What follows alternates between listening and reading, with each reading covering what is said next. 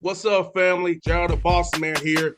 You're tuned into the Bossman Show on AM 1010, AM 1430, 1055 The King. Let the King out at 105theking.com and the Bossman Show at bossmanshow.com. Hit me up on Instagram, The Bossman Show, Twitter at Bossman Show, and Facebook, Bossman Show. It's the Bossman on your radio. Listen to the Bossman Show with your host, JR, Saturdays at 9 a.m. right here on AM 1010, The King. What's up, good people? BetOnline is your number one source for all your betting needs. The latest odds, lines, and matchup reports for baseball, boxing, golf, and more. BetOnline continues to be the fastest and easiest way to place your wagers, including live betting and your favorite casino and card games available to play right from your phone. Head to the website or use your mobile device to sign up today and get in on the action. Remember to use your promo code BELIEVE, BLEAV, for your 50% welcome bonus on your first deposit. BetOnline, where the game starts. BS3 Network, changing the way you watch TV. Yes, BS3 Network, changing the way you watch TV, covering content and hot topics from A to Z, sports, music, society and culture, movie reviews, you name it, we have it. Check it out on bs3network.com or check us out on Roku, BS3 TV on Roku, as well as check out your favorite podcast on all podcast platforms or Spreaker.com/BS3 Network. You are now tuned to BS3 Network.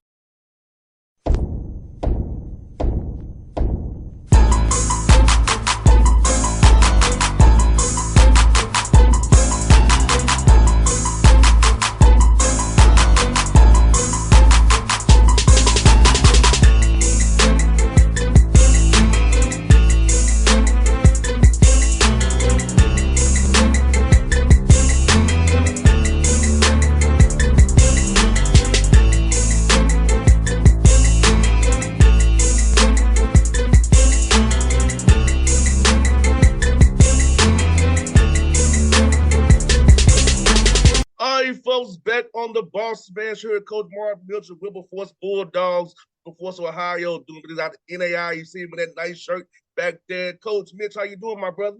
Man, so far so good. You know, always in a grind mode, grinding not to wear down, but grinding to build. So, you know, every day is a new day. Every day is an opportunity to put another brick in that foundation so we can build something that's, you know, really worthy and strong. And folks who don't know this, Coach is also the cross-country coach of Wilberforce, too. He's double duty in basketball and cross-country. So, Coach, you know how that is. That's at HBCU, small level HBCU. You got to plug in the holes where you can. No doubt. Coach, man, how is that, man, trying to go from basketball to cross-country? How is that trying to keep them both, without getting your wires crossed on both of them? How is that, man? Well, for us, it's great. And I'll tell you why. Because our style of play requires you to be in the best shape possible. And the way that we train allows us to simultaneously train for any event that we're in, and then mainly cross country. Our young people this past Friday, they really did well in the Wright State event, and they competed. And they competed ahead of a lot of other teams who that's their whole focus. And, you know, we train to compete, and we train to be in great strength and great condition. And all five of our guys did really, really well. And Coach Mitch, man, taking a job in Mr. COVID, man, how tough was that in 2020? Taking a job in the middle of COVID, not knowing what's going on, you know, people were pretty much shut down. So I was just trying to build a program and a roster and find guys in the middle of a pandemic like that. Well, I tell you what, it's because I'm an educator by trade. So what happens is when things go the other way, you pivot, and you're able to pivot just like you were making a lesson plan, and things went south in the classroom. You got to make a pivot. Well, for us, it was a great pivot. I'm going to be honest with you. because we didn't have to prepare to play games. All we were able to do was prepare to build culture.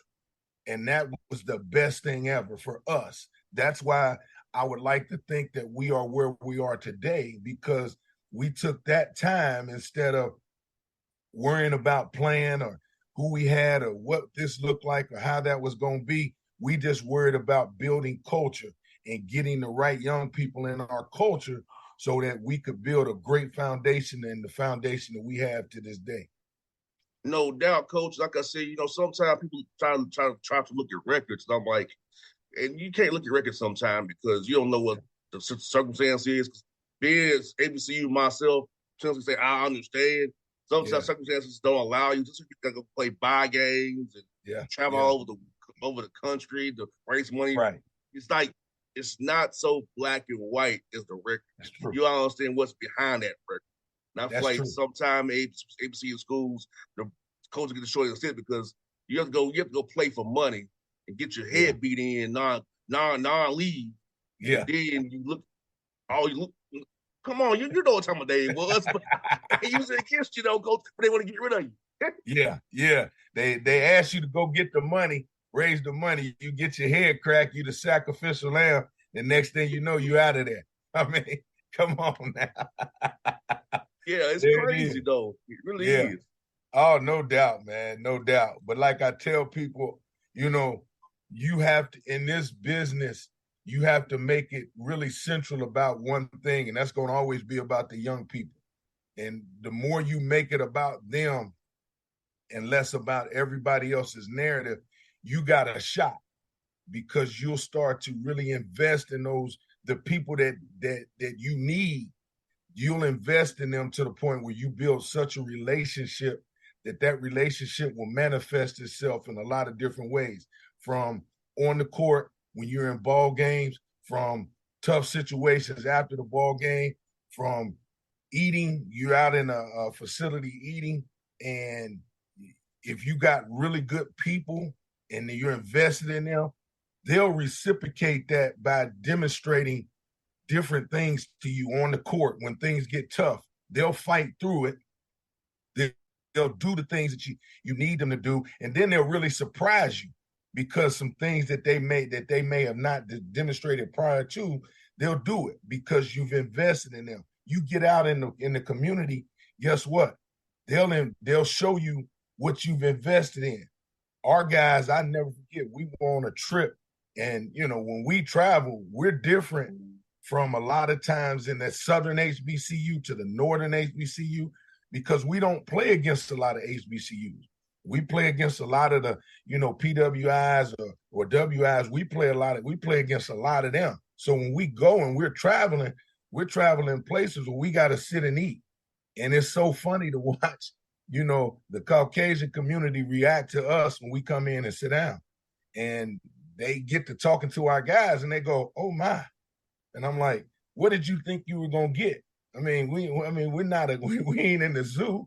Our guys are good guys. So you'll be surprised when you watch them manifest the things that you poured into them. You'll be really surprised with that. But that all comes from the investment that you make into them. No doubt. Like I know some of them, like you said, we go to some of them cities like Murray, Richmond, Kentucky, and all of them. I'm like, you feel so like, I'll tell you a story. Like we played East Tennessee State, right? Yeah. We on the town square, coach. they called the 5-0 on us, the 12s on us, bro. That's it. We're the town square. We ain't doing nothing. Hey, man, because they're afraid of the congregation. When you start to bring that group together, either there's going to be great momentum moving forward, or there's going to be some foolishness going on. But they don't realize that Black folks know how to act, and Black folks, when we congregate the fellowship with one another, not to come and cause mischief and mayhem. Yeah, that's not our nature as African people like that. We're here to have a community and be right. Have one that's like, it happened in 06, coach. I ain't forgot it. Like, we on the town square, John C. is chilling. Yeah. I guess it was 200 too many of us. 200 too many of you. You're right. That's what it is. Hey, man, what they say, Johnny Law, you got to know your plate. Yes, hey, sir. Man, I'm like, what we doing? But now you correct in that. Yes, sir. And Coach, let me ask you this, man, for your guys, and as you look at a player want to brunch on your program, what do you look for them in the character off the court? Not so much on the court, but look for the young man when you talk to his parents to see what he's about. He fits your culture for his integrity piece, intelligence piece, and just being about the team and being about the right things. Well, it's interesting you asked that question because I get this a lot because I was fortunate to have coached at Ohio State. So when I was at Ohio State, the one thing that, everybody talks about is the brand. And you have to be able to recruit to the brand because you want people to be able to respect the brand, to build the brand, to move the brand. So because most of the time your first introduction to a young person is watching them on the court. And watching them on the court, if you get caught up in watching them score and different things like that, you'll miss a lot of the signs. So one of the first things I look for when I watch kids play, I look for if they can pass. If you can pass, it tells me a lot about you. It tells me that, A, you have a really good feel for the game. B, you have a good understanding of how to deliver the ball on time and on target. But C, more importantly, that tells me you don't mind playing with that other person. Then when things go south on the court, you watch them walk off the court. And you watch the interaction. Let's say something as tricky has happened, coach subbed out. Kid could walk off the court one or two ways, embracing the fact that my teammate coming in and I can't worry about that. I got to stay focused on what my job is. And, I made a mistake, blah, blah, blah. And we keep it moving. And you watch that interaction with the coach and the team members on the bench. If that's a really good interaction, you got a shot. So that tells me, A, kid wants to do it the right way. B, kid has a really good IQ for the game. C, when they start walking off the court, they have a really good interaction. Okay, bingo. So now that lets me know that we can take this a step further. So then what you start to do is you start to build your circle around the kids that you're recruiting. Okay, that took care of that piece. So now you start to get into the school realm. And the first couple of people I've always went to talk to is A, the janitor, B, the music teacher, C, the cafeteria worker. The janitor, because the janitor always sees everybody in the hallway. B, the music teacher, nobody likes to go to music class. They go to music class and they cutting up. So when that person walks in that music, how are they? In something that may not even mean anything to them. They go into that class, in that particular music class, and they go, wow. And if they're in there doing what needs to be done, that tells me a lot about how they're going to be in class and how they're going to approach the academic piece. And then when you get to talking to the cafeteria worker, you find people when they're at their most vulnerable is when they're eating because they're most relaxed. They're in a good environment. So how do they play that? Are they in a good situation to the point where they are eating and congregating and dealing with life, or are they eating, congregating, and they the life of the party on the tables, in and out of different conversations, all over the place? You get that when you get that person, you got to watch that because they're going to be like that when they get there away from you. So that's kind of how we do that, and that's kind of how I do it and start to build that because our brand, like Ohio State's brand's worth $590 million. Our brand might be only worth $20 over at Wilberforce, but it's still our brand. And you got to learn to respect that. Yeah, Coach, you might not would have took me, Coach. I was playing spades and throwing dice at the lunch table. You might not would have took me, Coach. I was throwing dice and playing spades, man. Hey, man, and trust me on that. And everything has its place. And let's say you got your guys and everybody, we in between, moves and, everything's kind of calm and they playing spades as a team, I'm cool with that. I ain't got no problem with that. That's just what it is. Now shooting the dice thing, I always got a little issue with because of my history of growing up and some of the things I watched in the streets. I always got an issue with that. But, I allow them to be themselves when it's time for them to be themselves. But I get you on that, though. Yeah, we were there. Like, I ain't gonna lie, we were shooting dice and she was playing space at the table, doing beats. I was making beats and rapping on the time. That was the crew I ran with, Coach. I ain't gonna lie to you. That was my crew. Hey, and I ain't mad at you because that was mine too. But I had to, for me to move the way that I need to move, I had to make a decision. So I'm with you on that. Yeah. Yeah. Coach, man, like, for you, man, what point, I know you're educated by trade, so let me ask you, so what point in your journey decided you want to get to coaching? I know my dad's a coach, and, I see where he goes. He's in his 80s, and his players still hit him up all the time, and they hate taking baby showers and weddings, stuff like that, because of his players. So for you, like, what point in your journey you decided you want to get in coaching, make this your life's path, Coach Mitch? Well, the interesting thing, when I was at Eastern Kentucky, I was a really, really good offensive lineman. A lot of things were going my way. And a reporter one day asked me, if you weren't going to play football, and let's say football was over with, what is it that you wanted to do? Well, because I watched my mom and dad in education, my aunt, uncle in education, I've always said this. I wanted to be able to go to the inner city and make a huge impact on young African American kids. That was always one of my deals, because I felt the investment that people made in me, because I was going the wrong way. But I had a white coach, man, in my high school invest in me, and he essentially changed who I am. And he called me out on some things, and in a way that that you would never get a white coach maybe to call you out. And you realize that, hey, maybe I do need to make some adjustments. And as my journey moved forward, I never lost sight on, giving back and helping kids and making their life a lot better, and giving them some in-depth knowledge that would give them a distinct advantage. And let me tell you this, it's funny because, the pro football thing, I played a little bit. I didn't play as long as I thought I should have. So football, I was so disgruntled with football when I got done. I didn't even coach football. I had a GA ship to go to Florida State when Charlie Ward and them won the national championship. I was going down there to be a GA, but I was so mad because my pro career didn't last as long as I wanted it to. I gave up on football. I didn't want to coach football. I started coaching junior high basketball. I'm sweeping floors, making sure the lights on and doing those different things. And as chance would happen, I get to some opportunities, and I literally go on like interviews. I'm a runner-up in different interviews 19 times. I'm literally the runner-up 19. Me and another guy 19 times at the high school level. On job number 20, God opens a door, and I go through that door.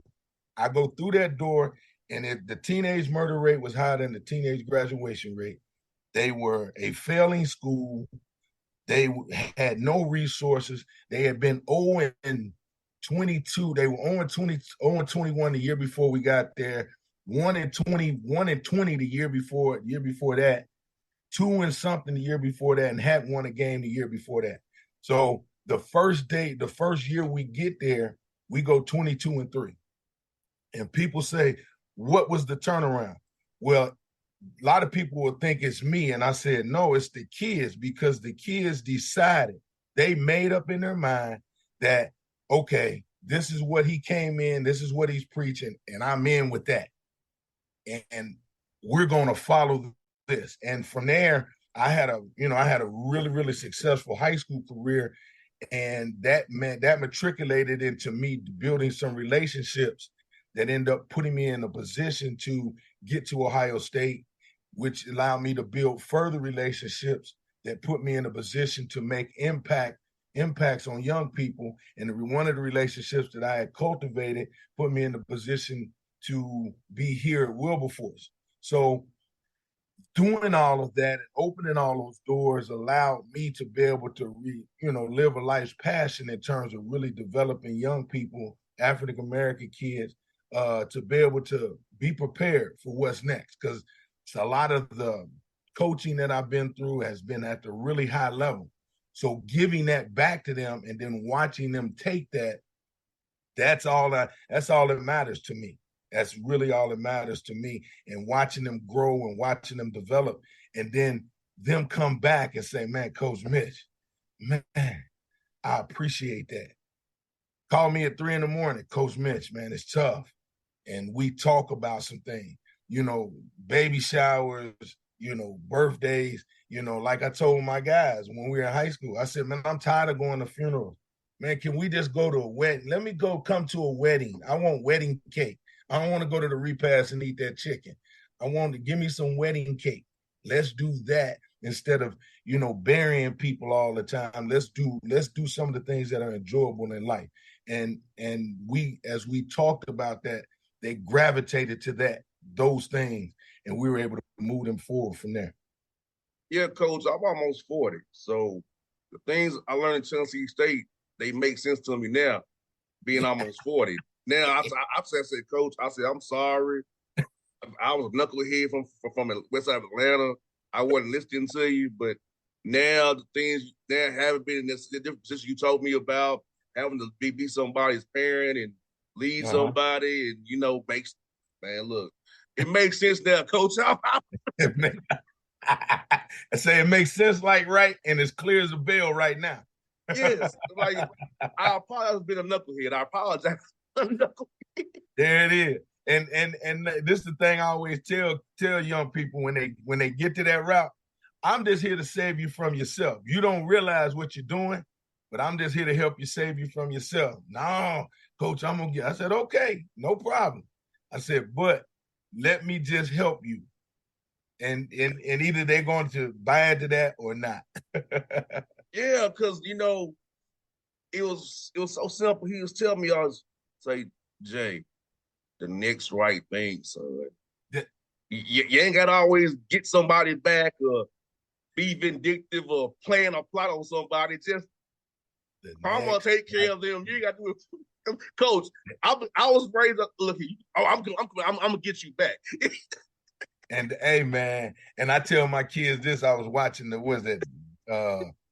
Tyler Perry, My Diary of a Mad Black Woman.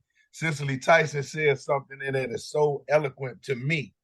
She says, baby, God can do far more with them than you can. Hey, so that obviously right there releases everything. So I tell my guys, man, don't get yourself into that world, because God can do more with them than you can. So you focused on, to your point, the next right thing, and let everything else fall where it may. Yeah, like Coach, I'll tell you, Coach, it took me getting into my 30s, almost now 40s, for me to actually let it sink in. Yeah, amen. I said I truly was a work in progress until my early 30s. Trust and believe. I wasn't as refined as I am now, Coach. I promise to God I was not.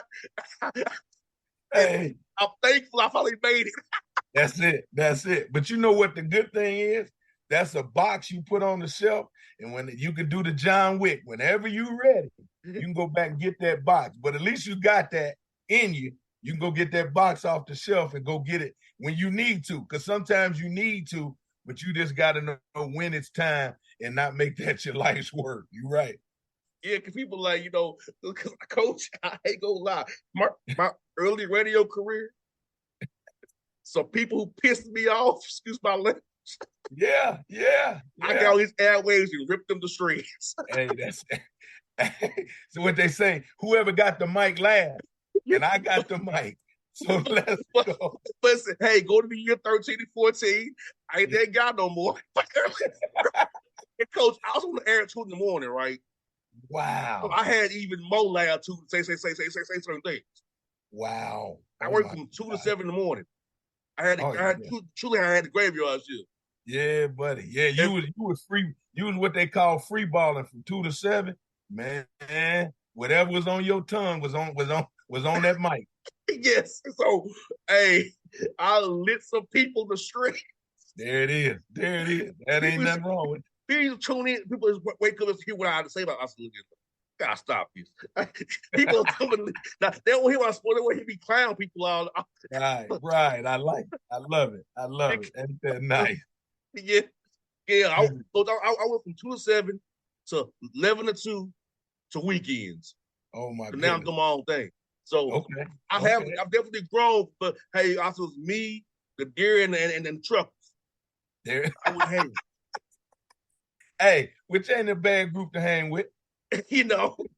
Ain't a bad group. So yeah, I was saying I'm entertaining these people at the food and say certain things. And, you know, it worked. It was shock jockism to it. It worked. It got me where I was. Yeah, I like that. You know, like look here. All these dudes go on radio talk junk like Jim Rome used to. I can do the same thing as a brother. That's it. Bring barbershop talk to like that radio. Well, ain't nothing wrong. Early morning radio at that point. That's it. Barbershop talk to early morning radio. I love it. Yes, sir. I love it. You know what's so funny is that the guy came on after me. He was like, man, people tell me I'm born to come on after you. Well, brother, hard act to follow. I'm eccentric and I'm electric. Like that's how I am, brother. You just a little dry. You look. I said, brother, you Carson Banks, and I'm Jazz. Hey man, that's it. Hey man, hey, but everybody got their lane. That's on him. He didn't carve out his own path. You know, it ain't my fault. It ain't my fault. I made it a tough act to follow. You got that right. So you gotta do what I do, brother. Like you know how it is. And Coach Mitch, let me ask Coach Mitch, for you guys and scheduling games, man, like how's that go at your level? Having to schedule non-con games for out of CAC. Well, here's the good thing with us is, you know, because the CAC is that independent world, we get a chance to kind of be really eclectic, if you would, to schedule some variety of games. And we have a wide variety of games, especially this year. And at Wilberforce, we've had to rebuild some relationships because in the past, you know, Wilberforce has not been that iconic in terms of how to deal with schools and how the normal thing goes in terms of showing up on times, in terms of, you know, how do you leave the place after you're done, whether you win or lose, how do you play the game in a way that is your way, but you're still respectful of everybody that you're competing against. And we've been able to repair a lot of those relationships because of the relationships that I was able to build over my career. So it's made it a little easier because like with this time, I know we got Miami of Ohio. Me and Sean Miller were really good friends, and we may end up getting a game with them. Shaka Smart and I we were gonna get a game with Marquette, but distance played a role in that. And you know, so with some of the people that I know and some of the relationships that I built, we've been able to do some really unique things. Like I know we come down to Clark, I want to say December the 9th. I think we're down there, but that once again, that's based off of a relationship that was built. And then it's tough sometimes because our style of play makes it really scary for some people. Like we played Ashland up in Ashland, Ohio, and they're one of the top NCAA D2 teams in the country. And we go up there and we beat them on their court. And they had been up undefeated. And we had beat them there. And people were like, whoa, wait a minute. So he didn't want to schedule us this year. And you know, once again, that's a money game for us, but I get it. Then we turn around 2 days later, we beat Central State. And, you know, so our style of play is one of those styles that can be somewhat scary. But, you know, there are now some coaches who are really willing to open their doors so that we can continue to kind of grow our program and play some of these games to help our kids get some really unbelievable experiences. So we've done a really good job scheduling non-conference and scheduling some guaranteed games. And like we tried to get with Coach Penny down at Tennessee State, because I know Ty, who's the women's coach, I know him really, really well. And you know, Coach Penny, he never returned my call. So I guess, you know, that we'll try to get with that a little bit next year. Talk to him personally. You need to go talk to him. I need to go walk in his office and talk to him. Man, we'll let him know. Let him know. I say, my man, Coach Bitch, I'll holler at you, man. Wilberforce. Yeah. But I think what it could be is he's already playing fist. Yeah. That could be because every first game of the year is Fisk. Okay, yeah. So that could be he didn't want to play 2 NAIA schools. Yeah, well, that's his what they would call that non-D1. Yeah. So with the rule change like that, that's really made it tougher on, smaller schools like us to be able to schedule games like that. But to your point, you're right. That could be that he already got that 5th game in there. He don't want to probably play 2-9, but I will, trust me, I'll see you next week in Nashville. I'll be up there for the John Mayer Classic. So I will see him. And I'll be like, hey, bro, let's hey, man, I'm telling you, we love that opportunity, because I could get my people from Memphis. They would love to come up and get some things. And me and Penny Hardaway are really good friends, and we were going to get it. We had a situation set up with them, but they had already had too many non-D1s as well, because we were going to play Russ, and we were going to, kind of pair it up with Russ, Lemoyne, and Memphis. And but some things logistically didn't work out, but those are the opportunities that we really been trying to cultivate and work on.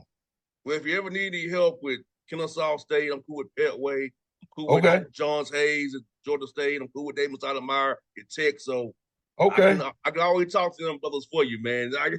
Hey, I appreciate it. I know the Jonas twins. I know the Hayes twins really well, because my uncle was the principal at Doug in Atlanta for years. And so I remember meeting them when they were still in high school, and we just kind of kept a relationship. And one of my former players is on their staff down at Georgia State. So it's a good deal though. But now we're gonna lean on it. We're gonna lean on you, my brother. Hey, brother. Hey, look, this is a true story. I have got games done by people knowing me. That's a true story. I have arranged games by places I have with certain coaches. I've done that. It's very true. I've done that in the past. I'm with it.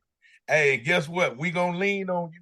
We cultivating this relationship, and we gonna lean on you, and we gonna help each other, my dude. Yes, sir, Coach. I'm gonna tell you, Coach, before you go. When I was a kid in school, we did a project on HBCUs. What's HBCU down there do a project on? Wilberforce. Are you serious? Yes, wow. 4th grade. Are you? Wow. Ain't that something? Well, yes. Well, they got plenty of history out there. Some of it ain't as good as it is for other schools, but nonetheless, we got a history, and we just got to embrace. And what else we would do? We had to write a letter to each school, wherever we picked, and they sent us. I got a Wilberforce flag, some pencils. That's what we had pencils like that, kids. Pencils. And I got me a sticker to put on my wall. So yes. Yeah. So that was my project in 4th grade. How many years ago was that? 30 years ago. Ain't that something? Because I'm 84. So that means that was 93. Yeah. So 30 years ago. Man, hey, man. Wow. So it's full circle now, 30 years later. Full circle. Hey, but once again, like I always say, this thing of sports makes the world smaller. So there it is. Well, Coach Mitch, it's been fun to talk to you, my brother. I'm getting them offline, man. We can stay in contact with each other, man, and work together, man. And I'll see you at Clark on December 9th there, man. And we'll get this thing going, brother.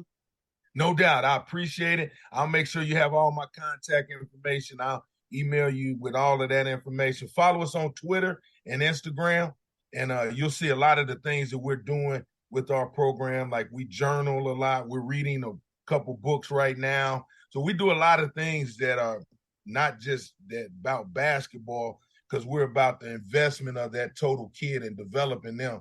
So follow us on Twitter and Instagram, and you'll be able to see a lot of that. I'll share that with you via email here shortly. We'll do, Coach. So fun, my brother.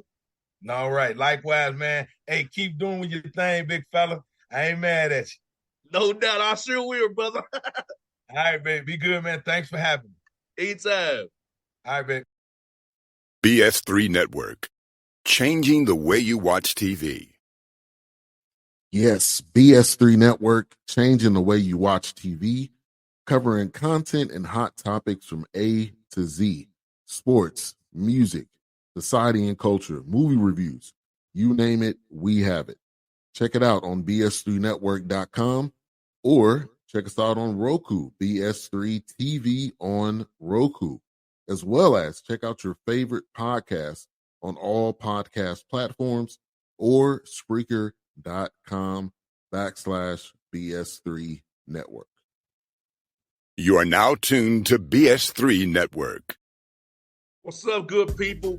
BetOnline is your number one source for all your betting needs. The latest odds, lines, and matchup reports for baseball, boxing, golf, and more.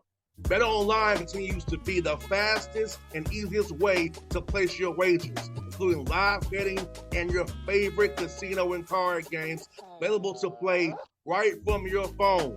Head to the website or use your mobile device to sign up today and get in on the action.